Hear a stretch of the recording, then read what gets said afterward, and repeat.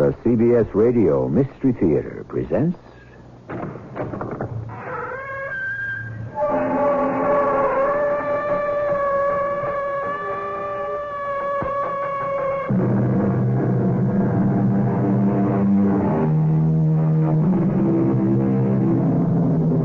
Come in. Welcome. I'm E.G. Marshall. My wise old grandmother, whom I've had occasion to quote to you before, had sayings for almost everything. And almost always Grandma was 100% on the button right. One of her favorite maxims was, do unto others as if you were the others. Prejudice and its wicked power is what she was talking about.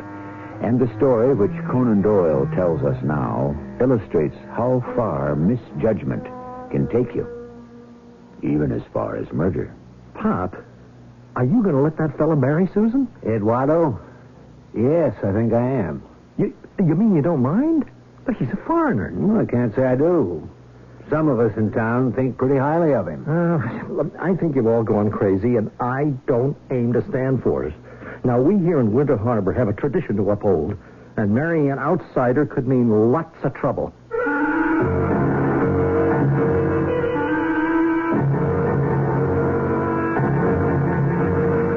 Our mystery drama, Dr. Eduardo, adapted from a story by A. Conan Doyle, was written especially for the Mystery Theater by Gerald Keane and stars Norman Rose.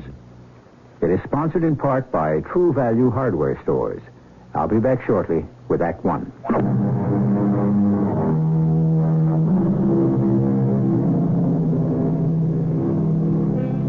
One has to remember when America was first settled, there were no roads or telephone or telegraph to link one town with another. So the settlers had to go it alone. The years passed, life became more standardized, more the same. But those folk who were there first, the town founders and their sons and daughters, always felt very special. And outsiders had better stay out. Hey, Pop, there's a letter for you. How many times do I have to tell you that when I'm here at work in my office, it is not, hey, Pop, it's Mr. Mayor. And not, hey, Mr. Mayor, either. Do you understand that, Matthew? Gee, I forgot, Pop. I mean, but you're Pop at home. Mom calls you Pop. Sue calls you Pop. Dad.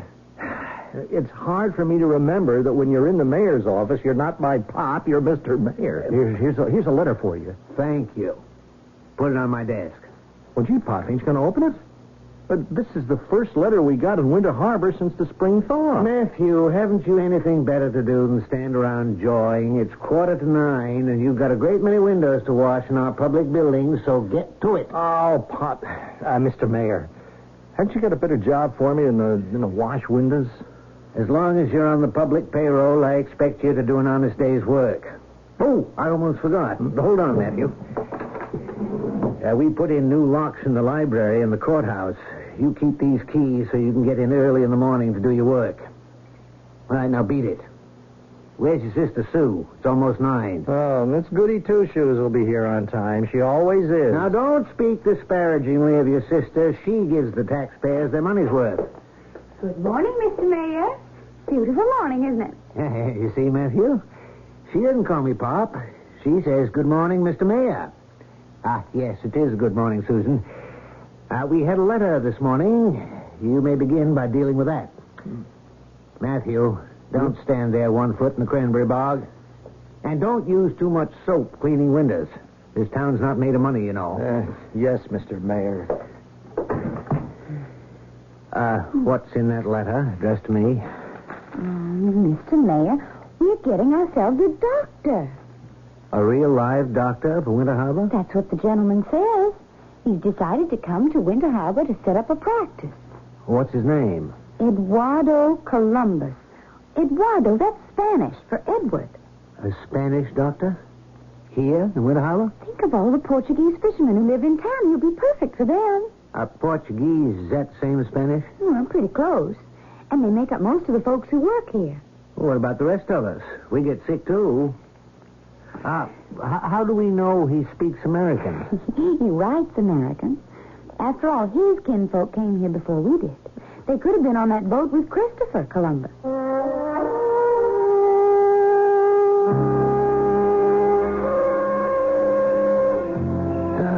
Susan, the best time of the evening is when your mother's gone to bed and I can rock peacefully in my rocking chair on the front porch. Dad, what do you think of Dr. Columbus? Well, let's see now. How long has he been in town? 6 months. Well, I think most folks like him. Some don't. Why? Nothing. Nothing. Don't tell me nothing, Susan.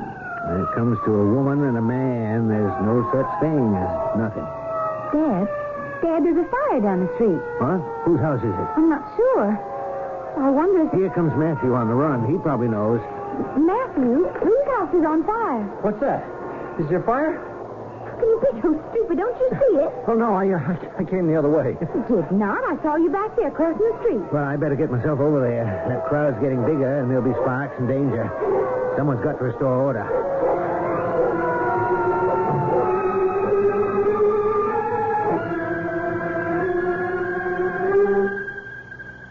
Doctor, have another cup of coffee.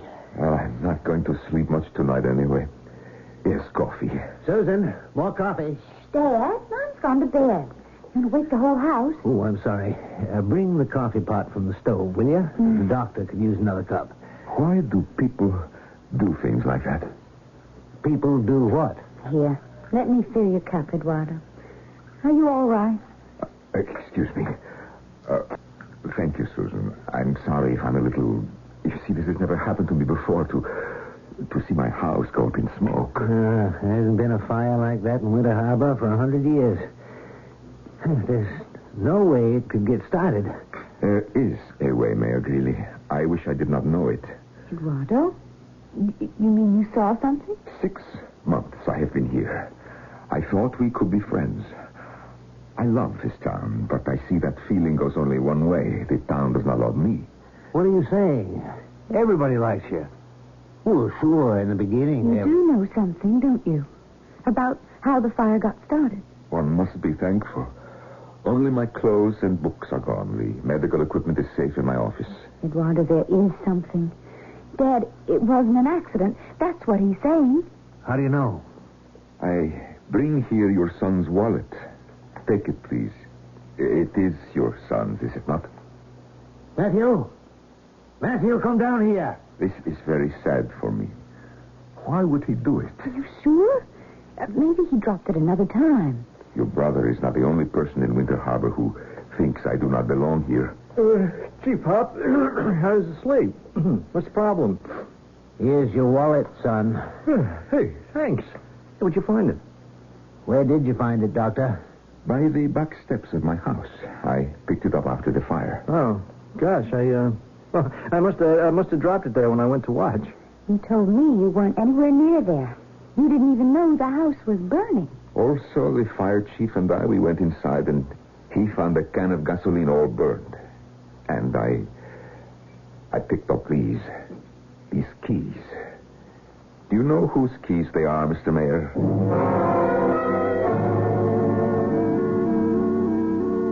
Dad, I'm sure Matthew didn't realize what he was doing. I am so sorry it happened. Eduardo, what are you going to do? Well, I shall have to forget. You're not going to press charges? Oh, please. That is only for criminals. For the boy's sake, I hope it will be a lesson. Dad, Eduardo has no place to go. Could we put him up until he finds a new house? Would you stay with us, Doctor? Oh, that is very kind. After all this business with Matthew, I wasn't sure you'd want to be under the same roof. I should be delighted. I'm so glad. I'll go make up the extra room.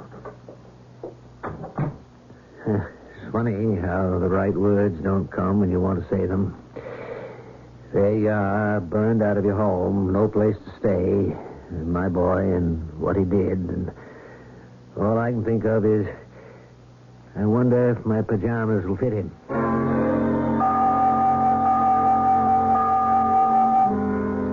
Eduardo, you know what day it is today? Oh, let me see. No, Mr. Mayor, I do not think I do. It's exactly 1 year since you hung out your shingle on Main Street. that long, Mayor Greeley? I asked you personally to come to my office for two reasons. One, I want to thank you for everything you've done for Winter Harbor. We haven't lost a baby. No measles, no chicken pox. And that child care center is really a fine thing. Just the same, though, you worry me. I do? You're probably the most eligible young man in town. Most of our boys have gone off to the big cities. But I never see you with a young lady. We have square dances, hold-downs, sleigh rides, social... It is only because a doctor does not have much time for those things. Well, anyway, I've said it. My wife asked me to ask you, and I've asked you. Well, I've said it. I guess the young ladies in town will just have to take care of themselves, huh? Anyway, on Saturday, we're having a special birthday party for you. Just us menfolk. At the Fisherman's Hall. But it is not my birthday. No, but it's the town's birthday. And we thought, good. We'll celebrate 1 year of having the best doctor in the state right in our own backyard. Well, I do not know what to say. Well, you be there at 7 o'clock. Eduardo, I'm going to make a little speech. You know, this town is over 200 years old. We don't take to strangers. But when we do, we do. And that brings me to the other reason I asked you to stop by here. Yes? Eduardo, I want to ask you, now that we know each other a little better, Eduardo, can I call you Eddie? It's more American.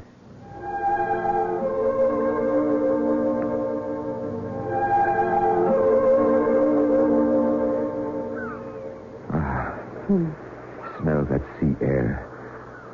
Susan, I do not think you realize how lucky you are to live here. The ocean. I love the ocean. Eduardo, I've lived here all my life, and I never came to this spot until you and I started picnicking here. It is a little dangerous for a young lady alone. A lighthouse behind us, the steep cliffs to the sea.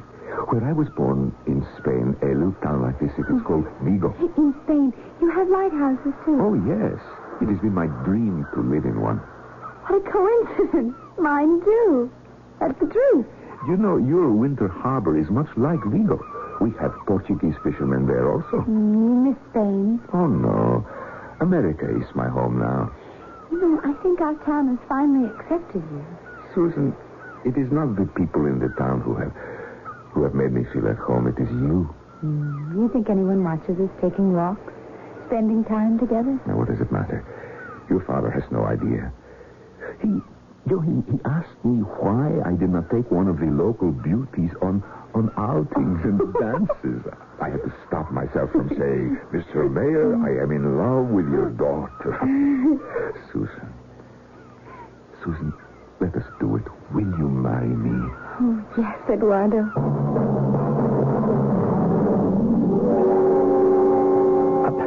Are you going to let that Spaniard marry Susan? What? He proposed to her and she accepted. I heard them. Dr. Columbus? Eddie? Where were you? Right behind them, cleaning the windows of the Bear Point Lighthouse. Well, I wondered who was going to grab him off. I never thought our Susan... You mean you don't mind? No, I can't say I do. Eddie's a good man. Well, I don't like it. And I don't aim to stand for it. Well, I'm afraid there's nothing you can do about it. I don't imagine they're going to ask for your permission, Matthew. It is not right. We here in Winter Harbor, we have a tradition to uphold. And marrying an outsider, it's wrong. It is a disgrace to our family. I'll give you some advice, Matthew. Don't stick your nose where it ain't wanted.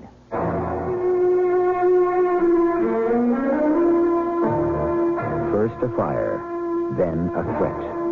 Danger signals to watch for from the prophetic pen of Conan Doyle. How far will bias and blind spots push our tale into tragedy? People like the mayor's son are hard nuts to crack. For, as they say, there are none so blind as those who will not see. I shall return shortly with Act Two.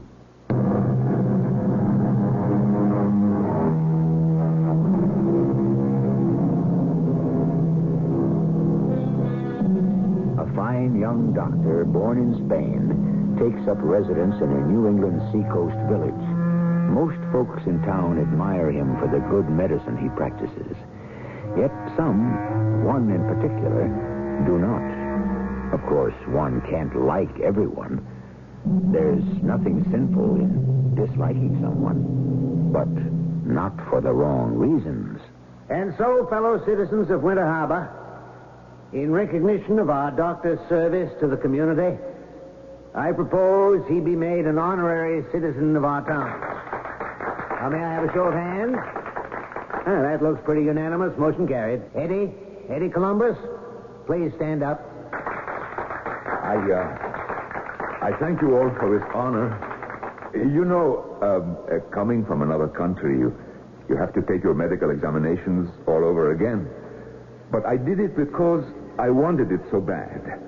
I also wanted to be an American so bad that I changed my name. My real name is Eduardo Colombo, which I changed to that good American name, Columbus. Anyway, I thank you. You have made me feel very welcome, and I would like to add a little announcement of my own. Friends, Mr. Mayor, your daughter Susan and I are planning to get married. Hey, Pop, did you know the doctor got a letter with a foreign stamp on it today? Matthew, I couldn't care less. Matthew, you're getting to be a gossipy old maid. So why shouldn't Eddie get mail? Everybody else does. Pop, you don't seem to realize we don't know one darn thing about him. He shows up. Now, who knows who he really is, huh? Some people, my boy, show you what they are by what they do. Others are just a lot of wind. Yeah? Well, did you know he bought that old lighthouse on Bear Point? Of course I did. That's where they're going to live. Remember that little incident of the fire, Matthew? We've hushed it up. Kept it inside the family. And Eddie marrying Susan will make sure it stays there. Now, don't make a pest of yourself. I'm asking you nicely. Stop this vendetta you've got against Eddie Columbus just because he wasn't born in Winter Harbor. Eduardo, is that you? Oh, it is. What did you tell your patients? Go home, I have to go to my lighthouse to see how my fiancé is sewing up our curtains. Oh, let me hug you. What is it, darling? You haven't said a word. Susan, I do not know what to say. Oh, you don't have to be so serious. You're acting positively tragic. You have done so much for me, so much. Well, not for you alone, silly. For us. The little study is finished. I unpacked all the medical books you ordered from Boston, and I put that big photograph of me right on your desk. Oh, Susan. The bedroom's all finished. The curtains hung, the coverlet made. Oh, I haven't told you. Mr. Harvey's retiring from being dog catcher. His sister told me he's going to hate doing nothing, so I hired him to come take care of us. He can live up on top where the light used to be. He said he'd love it, and he'll make himself right-handed. I just wish we weren't waiting till June to get married, don't you? Susan, sit down. You sound so ominous. Darling, you know I love you, don't you? And whatever I feel I have to do, nothing will change that. You understand? What happened? I do not think we should get married. Oh? Not now. Not right away. Not now. Is there some reason? Why not? Yes, there is, I'm afraid. I see. You don't see, do you? You haven't given me very much to go on. You just said no marriage. It is all that I can say right now. Don't you trust me enough to tell me It why? has nothing to do with you, darling. It is all part of me and who I am and who I was before I ever came to Winter Harbor. Is there a date on your decision? A time limit? I wish I could know. Of course, it is not forever. I mean, I am not breaking off just like that. How could I? You seem to be doing it very well. Susan, do not be angry, please. Angry? Out of the blue, you say the wedding's off and no date for when it's on? If it's ever on? And you expect me not to be angry? You won't share your problem, whatever it is, with me? I can't. I could not make you understand. So how can I share my feelings with you? Right now, This is just the worst thing that could ever happen to me. But I can't share it because I don't think I could make you understand either.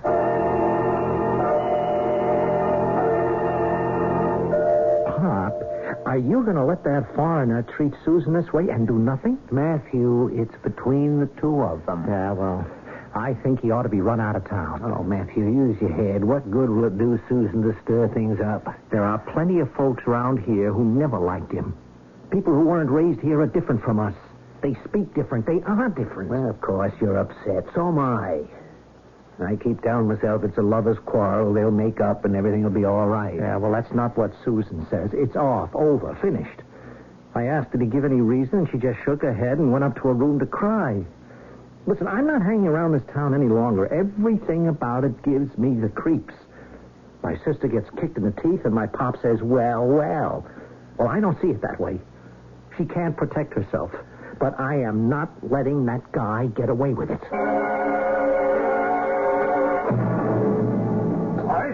Horace, Mayor Greeley. I'm coming. What? Harry, what are you doing here at 5:30 in the morning all dolled up in your police chief's outfit? You'd better get yourself dressed, Horace. And hurry. Well, would you mind telling me why? There's been a murder. What? Here? In Winter Harbor? What are you doing, Dad? Standing in the open door this time of the morning? Oh, hello, Chief Tanner. Harry has just been telling me... Do you mind if I come in? Horace, I'd rather you didn't discuss what I just mentioned. Oh, all right. I only came down to see what all the noise was about. See you at breakfast, Dad. You could have talked about the murder in front of Susan. She's not squeamish that way. No, not me. I wasn't going to be the one. Horace, get a move on, will you? I've got the car outside.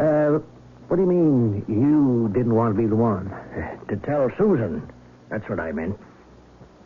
Harry, who's been murdered? The doctor. The man she was going to marry. Eduardo.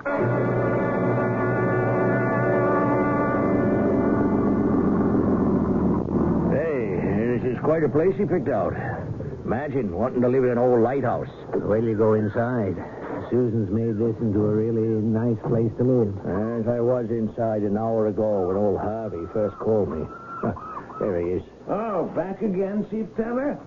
Morning, Mayor Greeley. Yeah, well, you haven't touched anything, have you, Harvey? Oh, no, sir. I left the body just as you saw it. Good. Well, a few questions before we go inside. First of all, Harvey, what are you doing here? What? I live here. Thought you lived with your sister. The doctor hired me to take care of the place. Mm-hmm. When did you last see the doctor alive? Well, I didn't exactly see him, but I heard him. Well, tell me, go on. About 11:15 last night, I heard the doctor call out, so I went down the stairs. You should see those stairs, Mr. Mayor. They wind down and down like a corkscrew. I'm way up top where they used to burn the light. Mm-hmm. The lantern gallery. Oh, what a view. Well, you came downstairs. 11:15, and I knocked on the door, and I said, "Did you call?" And he said, "No, I didn't call, and go back up to bed and don't annoy me." Well, I was kind of surprised. He never talked so snappy-like to me before. Well, did you go right up to bed? No, I didn't. I'm not used to living on the top of a lighthouse yet. So I opened the little door, and there's a railing, and I can walk around the light. It was a clear night. You could see for miles. And then you went to bed. After I saw Matthew. Matthew? Yes, Matthew. May have been about midnight, maybe later. There he comes along the path with a flashlight. Then he turns out the light, and I do not see him anymore. Are you sure it was my son? Oh, yeah, I'd know Matthew anywhere. He was just taking a walk, I guess. And when did you discover the body? About 4 o'clock, I'd say. What time did I call you, Chief? There was very little noise. And I woke up all of a sudden. Mind you, I'm up there at the top of the lighthouse. What's that? 50 feet up, 75. And I hear the front door squeaking open. And I'm thinking, what's going on? Maybe it took me 5 or 10 minutes to find my slippers and put my pants on. I come downstairs, and there's a light on in the room where the doctor has his books. So I knock on the door. I'm thinking he was reading or something and fell asleep. No answer. I open the door, and there he is. Dead. On the sofa. All right. Let's go inside and have a look.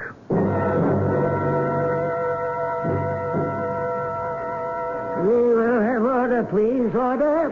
Quiet, everybody. Coroner's inquest in and for the town of Winter Harbor in Summit County is in session in the matter of the apparent murder of Dr. Eduardo Colombo. I am George Payson, the coroner, and witnesses will come forward as they're called. Will Chief Police Harry Tanner step forward to give evidence? Chief Tanner? Yes, sir. In what condition did you find the deceased? The deceased was lying on his back on a sofa, and it was evident he'd been subjected to violence. And while he was fully dressed and had on his slippers, the soles of which were perfectly clean. Chief, was there any traces of the assailant? The inside of the door in the carpet had traces of dirt and boot marks, presumably made by the murderer, the assailant. From the size of the footprints, I would say it was clearly a man. Evidence of robbery? Oh, I would say no. Only one item appears missing, and that's an 8x10 photograph which has been removed from a frame on the doctor's desk. You know who this photograph is of? No, sir. Is there anyone present who knows who the photograph is of? I do. Oh, Miss Gray, if you don't mind, would you step forward, please? Harry, let her get closer to the bench. I know whose picture it was. It was of me. And it's missing. Thank you, Miss Gray. You may return to your seat. Yes, sir? May I have a word with you, George? What is it? My theory is Susan's brother, Matthew, may have a good deal to do with this case, sir. I'll explain later. Where is he? That's just it, George. He's disappeared. It puts quite a different complexion on this case, don't it? Well, we've got a couple of leads. I think in a day or so, we'll be able to bring him in. Good enough. We'll adjourn then. Ladies and gentlemen, this inquest will stand adjourned to further notice. You each be notified when to appear. I caution each of you here today not to leave town.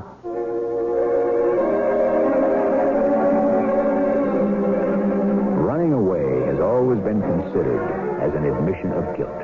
Yes, going back as far as the days of Adam and Cain. As the good book says, the wicked flee when no man pursueth.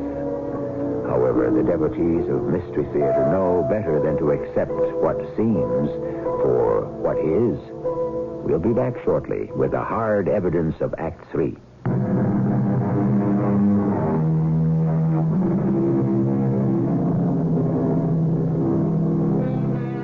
It's a well-known fact that the smaller the town, the quicker the justice.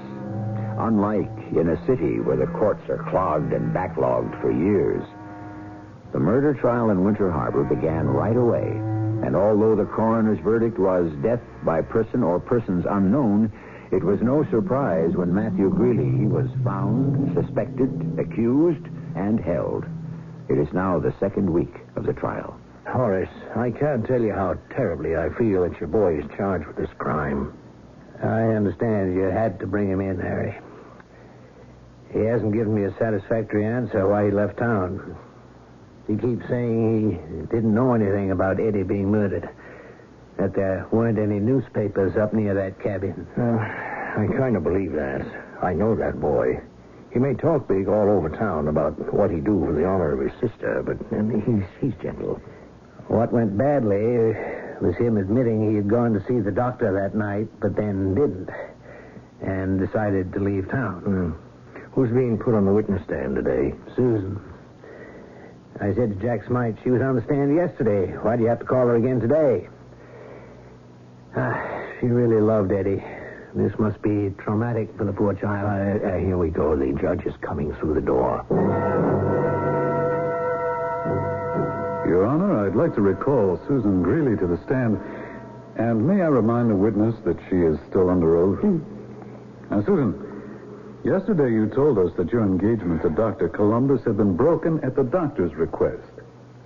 Did he tell you why? I understood there were personal reasons connected with his family. Mm-hmm. And your brother, Matthew, how did he take the news of the broken engagement? Well, not very well, I'm afraid. Do you harbor any ill feelings toward Dr. Columbus? Oh, no. He acted in a perfectly honorable manner. Did you ever hear your brother Matthew utter any threats against the doctor? Yes, I'm afraid I did. But he couldn't have killed him. Well, why do you say that, Susan? Because Dr. Eduardo Columbus is not dead. With your Honor's permission, I would like to resume questioning Miss Greeley. Now, would you tell the court, Susan, how you know Dr. Columbus is not dead? Because I have received a letter from him since the date of his supposed death. Have you the letter? Yes, I have it with me in my handbag, but I should prefer not to show it. Well, may we see the envelope? Yes. Would you take it out, please, and tell us the postmark? Portland, And the date? June 5th. Please excuse me. I'm not feeling very well. I'm sorry, Miss Greeley. These questions must be painful to you. It's not that. It's just that... Can you tell us what is particularly upsetting? Well, you see, June the 5th was the date on which Eduardo and I were going to get married. Susan, are you prepared to swear that this letter is in the actual handwriting of Dr. Eduardo Columbus? Yes, I am. Now, Susan, there will be those who say you have been in possession of this letter during the proceedings at the inquest. And then when your brother was apprehended by the police, and at the beginning of this trial. Why did you continue to conceal evidence which might have brought these proceedings to an end? Dr. Columbus wrote, asking me to keep his secret. Now then, why have you made it public now?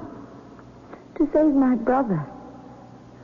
I ask the indulgence of the court to declare a recess until tomorrow. We shall bring forth witnesses to verify that the letter is indeed in Dr. Columbus's handwriting. However, it does present us with a dilemma. That if the deceased is not Dr. Columbus, then who is he? Your Honor, this morning before the court resumed, with the consent of the prosecution, Miss Susan Greeley has been excused from cross-examination. I now call the next witness, Dr. Eduardo Columbus.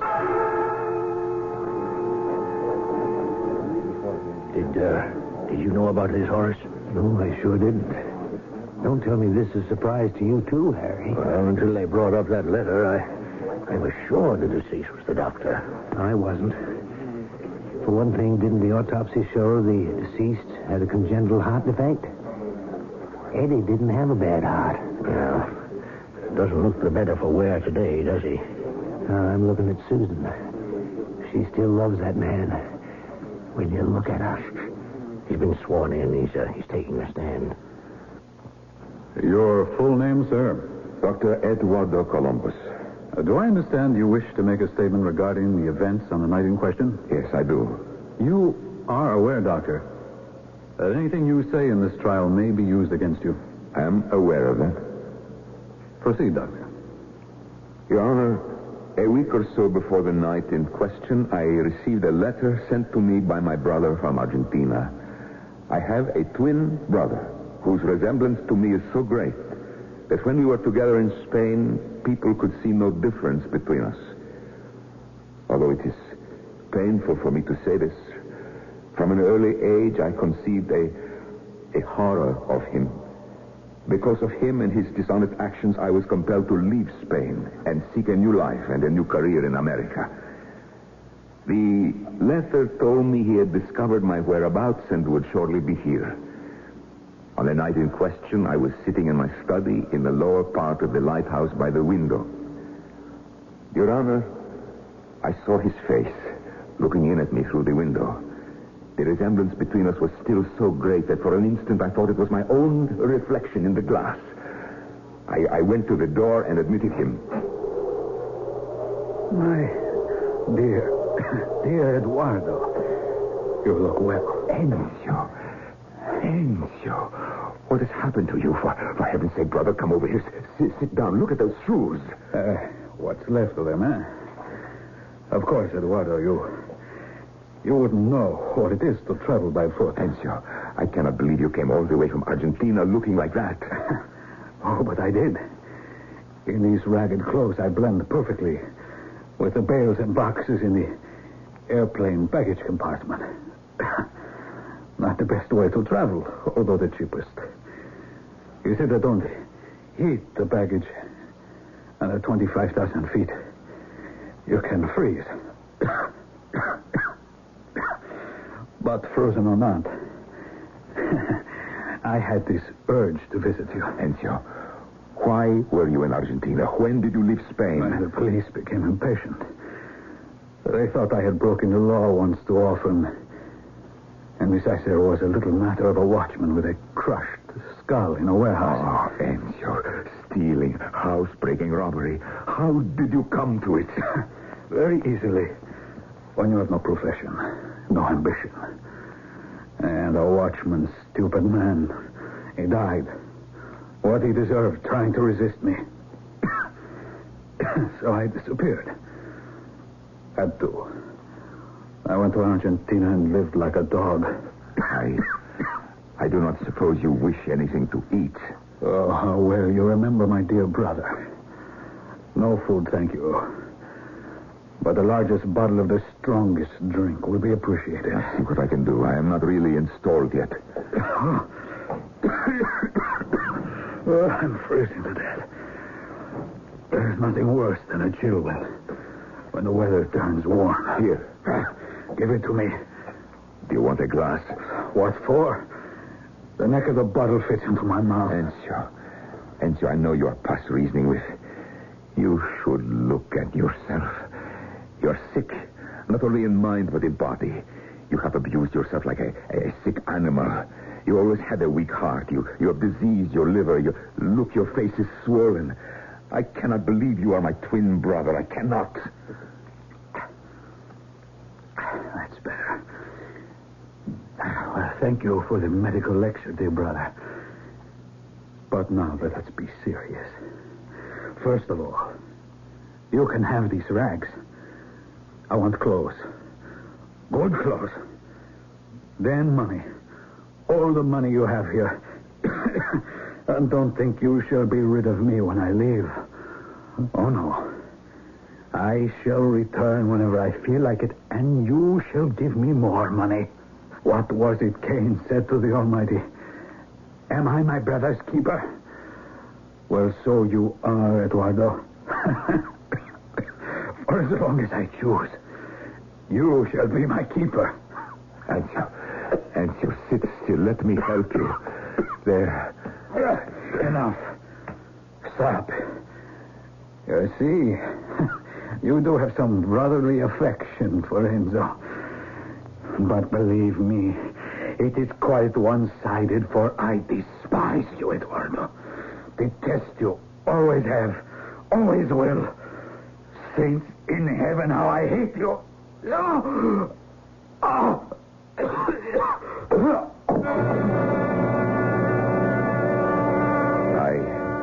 I lifted Enzo up from the floor and carried him to the sofa.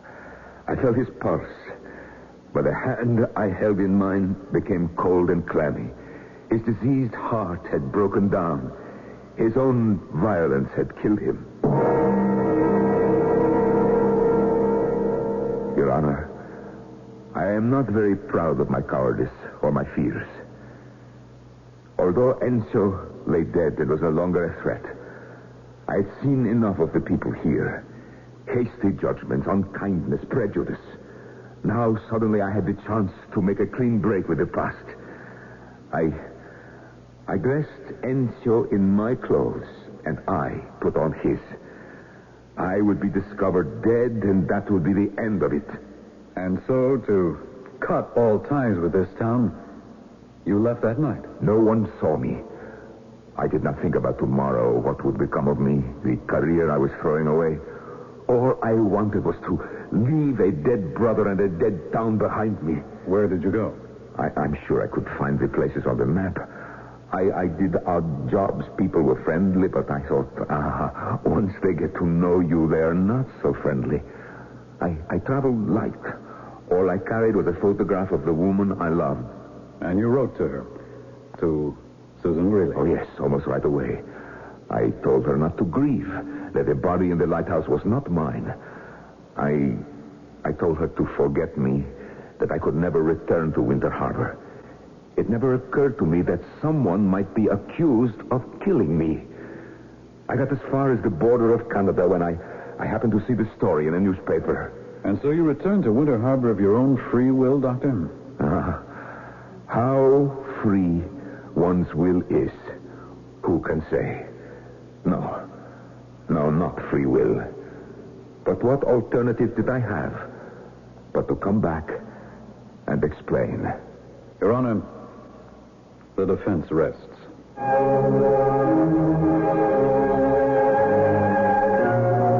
I said at the beginning that Conan Doyle had invented for us a story of prejudice and crime.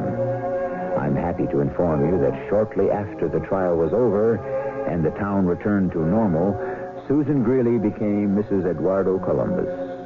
Did I say the town returned to normal? No, Winter Harbor was never again the same. I shall be back shortly.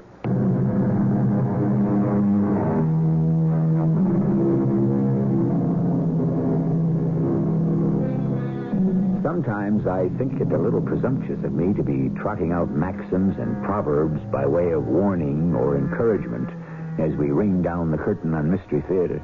Frankly, I'm really too down to earth to believe people take too much preaching. But sometimes our story reminds me of a truth so clear I just have to pass it along. And this one happens to be, let he who is without sin among you cast the first stone. Our cast included Norman Rose, Betsy Beard, Lloyd Batista, Earl Hammond, and Robert Dryden. The entire production was under the direction of Hyman Brown. And now, a preview of our next tale. He was smoking a pipe. How was he smoking it? Upside down. That's him. Yes, that's what he does. Smokes on the bridge of a ship that way. Well, I thought because it was raining he smoked his pipe upside down. Did you see his face? Yes, he had lots of freckles and a sharp, pointed nose. I could see by his lantern. That's him, he's here. It's him. Oh, heaven protect me now. I can't sit still like this, like a rat in a trap. What am I going to do? Uncle, you're living in a civilized country. There is a law if people threaten you. Now, let me drive over to the county police station tomorrow morning. No, it's too late. And I'll see that those sailors are taken care of. No, he's coming. He's cruel. He'll kill me this time for sure. This is E.G. Marshall inviting you to return to our Mystery Theater for another adventure in the macabre. Until next time, pleasant dreams.